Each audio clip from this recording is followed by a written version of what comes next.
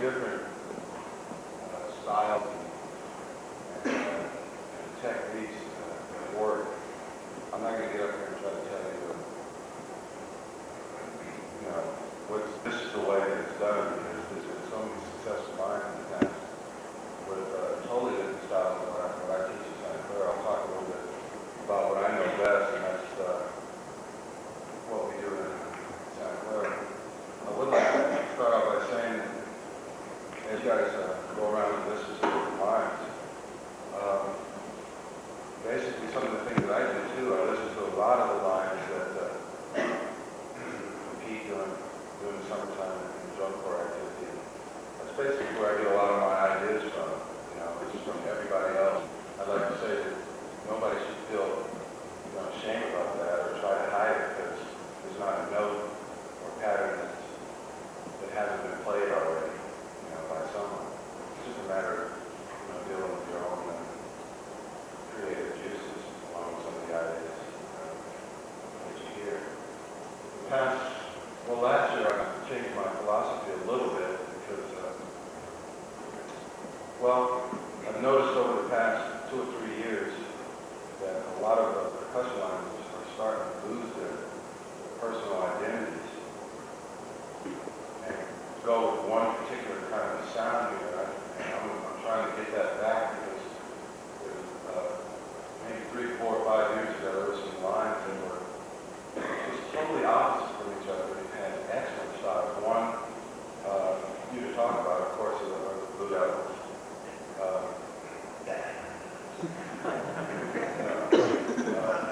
Mighty fine percussion program there. Tom Clovis, who runs the program over there, is a real good friend of mine. We grew up in the streets of Los Angeles together. We drove in Anaheim, Kingston together for 1971, 1972, 1973. And it's real interesting. We pretty much came from the same schooling. But again, as you guys know, the style is completely different from mine. Part of it is because the idiom that they choose to play, which is more live, jazz, and things like that. I can use classical, so that kind of separates it a little bit. But also, there's ones like Bridge and Down, they're just awesome. Their style is completely different from Santa Clara or Blue Devils, because it had a lot to do with the idiom that they were using, which was basically lock and spot kind of thing. Occasionally I would fail. I can remember, 1983, decided to get out of the class. I did this sweet head. So whenever I was declared, I understood what they were talking about, but every once in a while I want to break away and try to incorporate some of these other styles, and that was my way of making a statement saying, that we can do this too. And I think I encourage that for all the percussion programs to try to vary the styles of idioms in your programs that you have, even all the way down to technique. We'll talk about a little bit of that. But, right now, our technical, a real good friend of mine is with my Snare and Tenor drum section on Glenn Crosby. He's from the Blue Devils. He marched in for 4 years. Worked with Garfield's drum line, not last year, but 86 and 85. And he's just a phenomenal teacher. He got married and moved back to California, so I just kind of reached over and picked him up. It's pretty diverse, and he likes ideas of different stuff. So right now the program that he's working on, we're working on different heights, extremely high stick heights that was totally out of the picture in Santa Clara maybe 5, 6, or 7 years ago. We had established this thing about playing a little low and coming up with a really, really big sound, which was pretty awesome for the time. But right now, the audio is really complementing each other in the activity. This is what's happening. So to get a certain sound, you have to play at a certain to get these real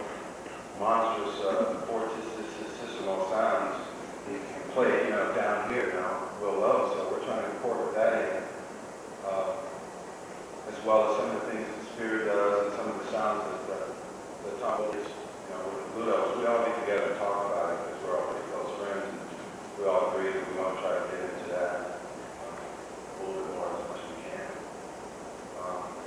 So I guess my point is for all new people that might be getting involved in scoring and arranging, and I really encourage you to do that, is to be wide open with your styles and try several different kinds. My approach is, a lot of people say, well, your style is classical style. Well, it's not a classical style at all. It's just a particular style. The music that's in place is classical music, but it's rudimental drumming, it's marching percussion. That's what it all boils down to. Just, the touches that you put on the instrument to create different sounds is what it's all about. I think I'm going to strap up one of these snare drums over here and just talk about, maybe we can bat one back and forth. I'd like to get you guys involved and see what you feel about style, and if you have any questions about techniques and whatnot. I know quite a bit about everybody else's style too, because I'm taking time to be observed, so I'd like to get in and talk to you guys about that a little bit. So let me see what's happening. I'm just saying it's probably going to be up here.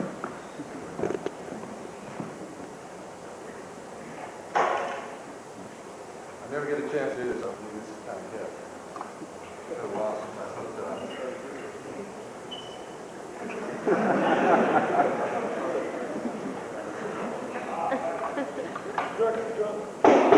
Yeah.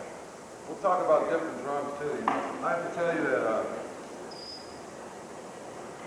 for me, I've been with a lot of drum companies and things, and for the most part over the years, it's basically, the way I feel about it is, any drum sounds great. It's the personal touch that you put into the drum to get that sound. Some of them work easier than others, some of them not. So Ludwig, Yamaha, Pearl, Premier, whoever, all the drums are fine. It's just about a personal, personal preference. What you like, what do you feel is the best. And for me, and experiencing all the different drums, pretty much all the same. Somebody crank this. Whose drum is this? Is that yours? No, it's theirs. Over here. Where are you guys from? Where's that at? Pardon? Oh, okay. Talking about anything around here except for it's beautiful. Okay, so some of the additional, of course, but his wrist pretty low. Do this, where it came from, it was just a style that kind of developed over the years. And I found out that it was hard for the past couple of years, and I got it out of there because I really didn't understand it. But the most natural thing is to just put your hands out when sitting there and see where they fall, comfortably, you know what I mean? Instead of like slide rules, all this kind of thing. Get the hands out and just, okay? Up them just a little bit, just to make sure, okay, for a couple of reasons, that the beat go back, all right? He uses a lot of wrist and not too much forearm. Okay, and it's a good style. It creates a certain kind of sound. I feel that sometimes it limits you to a few different sounds, but as we all know, okay, so dropping and getting the beat back. One of the other reasons is grace notes. They're looking up at an angle, so to speak. This is exaggerated a little bit, but he wants to have this angle so he can look up at it, and the forearm comes out just a little bit and kind of drops. There's a little motion like this. Okay. Some guys just hold it still and just drop it from here and use your fingers. He uses a little elbow job here where he drops it. And on the left hand, he just gets it back as far as he can, and I can dig on it. The only thing that I feel that someone comes within a problem with that, and one of the things that I'm trying to work in Santa Clara, do some of the forearm too, man, because when it's time to wail at those fortissimo levels that we talked about earlier, you got to have some forearm involved in it too. keep them like this. You got to be a problem. Okay, if you do this, and you're working, trying to get the beads back, kind of go far back as you can get them. You can't really see, it's natural. Keep that way. So, what we started doing in Santa Clara now is we used to hold on to the stick so tight. It was such a thing about, don't let go, you know, and this and that. And so everybody would hold on real tight, and I found out that after a while that some of the sounds were getting choked out, you know. There's a lot of unnecessary motion in the forearm. And people were getting tired. They're going, man, I'm just really burn out, you know. And it took me a while to why? It's just that there's a lot of unnecessary motion, okay? That's something to consider. Now, the way we like the pretty much this and that. Basically, we tell everybody we're really doing this up and a lot of it makes this muscle really find any purpose for that happen. You know, why be tight here? You know, like, if anybody's got any answers, please tell me, and you know, I'll see if I can incorporate it back in if I feel like it's working. But right now, I just think it just locks and helps. It just makes you get real stiff here. So I suggest that just keep this thing hanging here. Now, a lot of people, as far as the left hand is concerned here, they like to put the bead right up here around the fingernail, but I found out you can't strict with that either because people strike the drum, they take the sticks out, you see all kinds of weird things like keep it nice and loose so you can control it. You know, and you want to use your fingers. That's another natural thing to use your fingers. You know.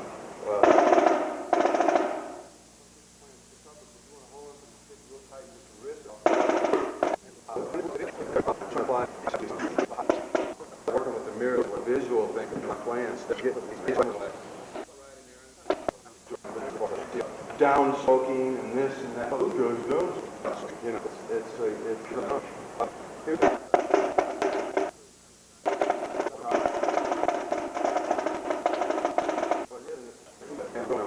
like I said, a lot of different stuff. But you know, make everybody and I would suggest that if you guys are going to match. And hard patterns are hard, but that's the way it is. You got to work because if you guys get down, do the height. Twist up, use roll, or we used to be like gap, you know.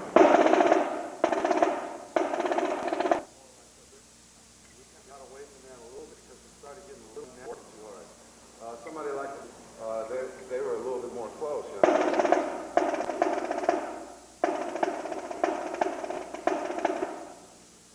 Okay. What I'm saying here is make this.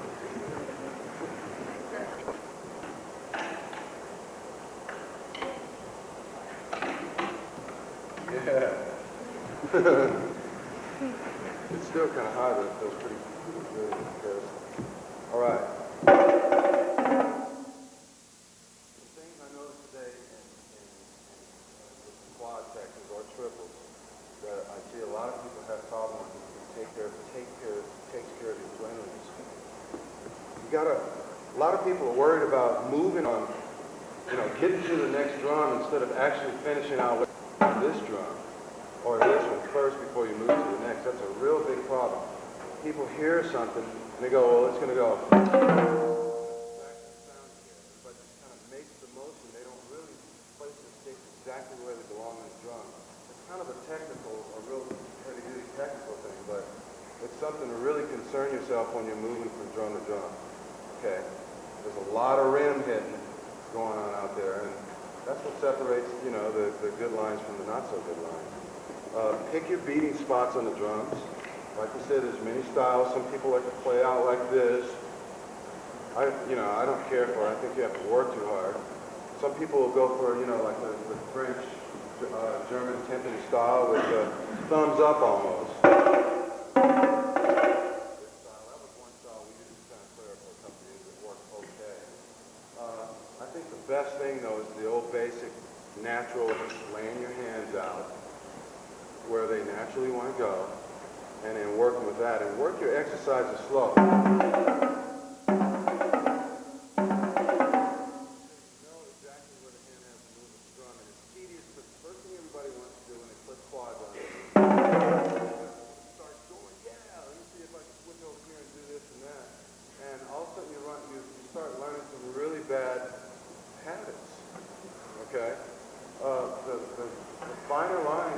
sections, all spend time on detail, going from working slow, going from drum to drum, and getting a nice flow.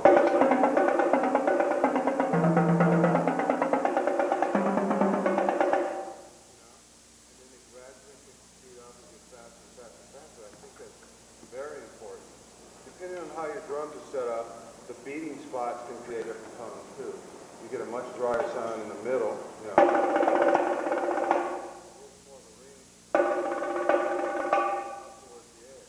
And you can really use that quite a bit, again, depending on what style that you're working with. You know, whatever. Just from your beating spot. Now, I like to keep it just depending on the setup, as natural as where the hands are going to flow. Try to get away from this, you guys. I saw a lot of that, and it's gonna mess you up. What happens, you get uptight about the part, and everything starts coming up. Everybody's going, oh, man, oh, God, I gotta get this part. You know, everything comes up, and the control is all down here.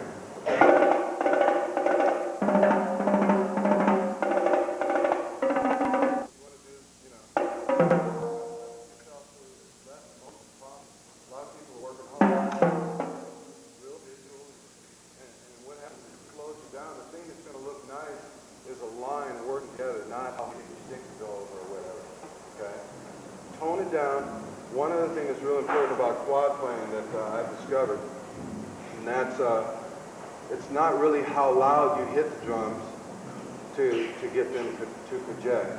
Okay, a lot of people feel the harder you hit them, the more they're going to project, and they feel the same way about cymbals too, and that's not the case at all. It's how well you're playing together. In fact, I've discovered this year even real lighter touches that I've had with my lines the past couple of years, I've got twice the sound out, just making sure, back to number one, the style is the same.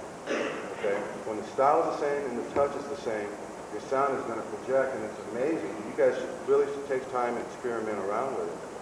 See guys playing the drums too hard, overplaying the drums. Okay? Be careful with it. I got a question to ask everyone in regards to some tuning, just to see how you can react to it. What do you, is most everybody's preference for quad playing and have the drums really cranked up big time, you know, like crank, you guys dig it? Why is that? They don't ring? So, yeah, that's a good point. So then you approach it from a personal standpoint, how you like to hear it right there when you're playing it, right? Okay, well, that's cool too. Understand something that's real important here. Sometimes when it sounds real ringy and boring, audiences, the people that you're playing for, the ones that you're obligated to give the best sound to, they don't sound that way. I would suggest that everybody, if you're gonna, whatever sound that you're looking for, make sure that you're not personally right here, but you know, take turns getting back and listening to the drums and then make a decision, because that's what it's all about, the sound that's going to produce out here. Drums are getting smaller and smaller, and people just keep cranking them, you know, these days. And I think it's starting to get to the point of this over-cranking city. Everybody's starting to blow lugs, you know, just cranking down. It's like, well, hey, man, I got this much rim left. You know, let's get it down there. Let's bone it up. You know, I hear that all the time, you know. It's starting to bug me a little bit. Again, it depends on what style they use, but let's see, back in the 70s, we had trios, 14, 16, and 18. They were big drums. And we had them torqued up pretty good, but that was the actual sound that they produced in the projection. We're starting to get into some sound which is good for saving the old back and the weight factor, and plus it's cool, and you know, but I would suggest that you guys don't over-crank your drums to the point where they sound like cardboard box. If you want to get a bongo sound, then why don't you just get some bongos, you know, and go for that instead of really torquing the drums up to the point where it's going to cost your band director or your percussion instructor or maybe yourself a lot of money on heads, lugs, things like that. And I'm trying to break back away and try to get some tone out of the drums. You know, they used to be called tenors, and now they're soprano tones or whatever, you know. So be careful in the way you tune them.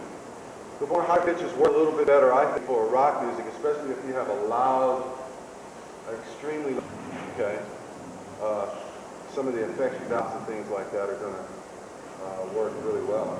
If you're going for more of a melodic sound, depending on the way you're scoring your drum parts, then I would suggest to get them down a little bit. It might be a little harder. You got to work a little harder to play on them because they're not like a rock and they don't bounce. But the thing is, if you don't have the basics down, it's not going to be as hip as you think it is anyway. Because it's very, very exposed playing on some of those crank drums. And I felt today that was some of the tenor drum section problems. The drums were a little too cranked for their talent level. And you got to be, realistic about it. Some guys have them just over-cranked, and they're very, very exposed that way. And then, of course, the sound that comes out is not a pleasant sound to the ear, and so you don't get that big number. And so, I would suggest that you guys just be wise with your tuning of your quads, okay? Drums, I feel the same way. If you really want to get a good sound out of the snare drum, spend more time getting the snares tight without choking too much, and getting the bottom head a little bit more cranked than the top. Okay, I heard some really great snare sounds out there today, but I felt that some of them were a little bit too sophisticated for some of the lines. It was like, well, these guys crank their drums up, and so we're going to crank ours up too, because that's the thing to do, and it's not. I heard some very successful lines today that didn't have them too cranked up, because they get really exposed, you guys. Costs lots and lots of money. Okay. So, that's my suggestion as far as tuning. Right? Does anybody have any questions in regards to tuning before we move on? Anybody? Everybody has their own ideas. Am I putting you to sleep? Okay, well, I'll tell you what.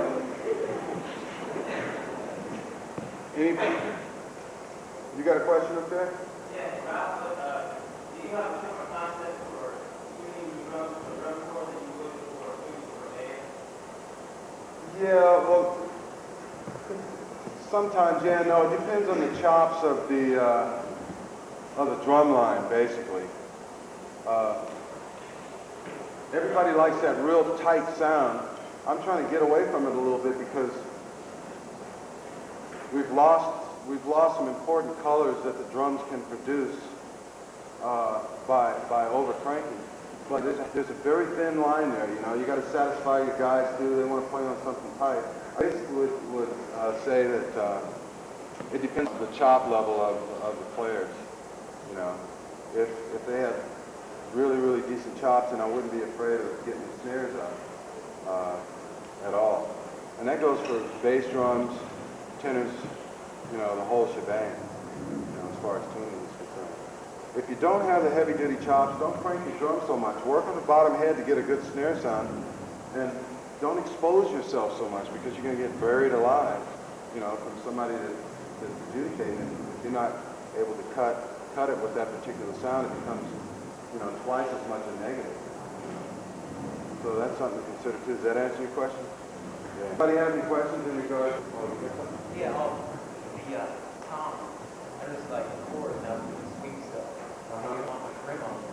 They are the strings themselves with the smaller, so you got to put the rim on there, or they crank. Well, I don't think it has too much to do with the rims, really, as much as it is learning the technique to do that. A lot of people like to do it, and I think too much is too much, but you're definitely going to have to get on top of it to do that, because you could do it like when the rims are drum, and still you'll hit the tops of the drum if you're not doing it properly. A lot of guys are actually doing sweeping instead of really going over. Where I thought we're really famous for starting that back in '81. They have some hot quad players, man. These guys, they just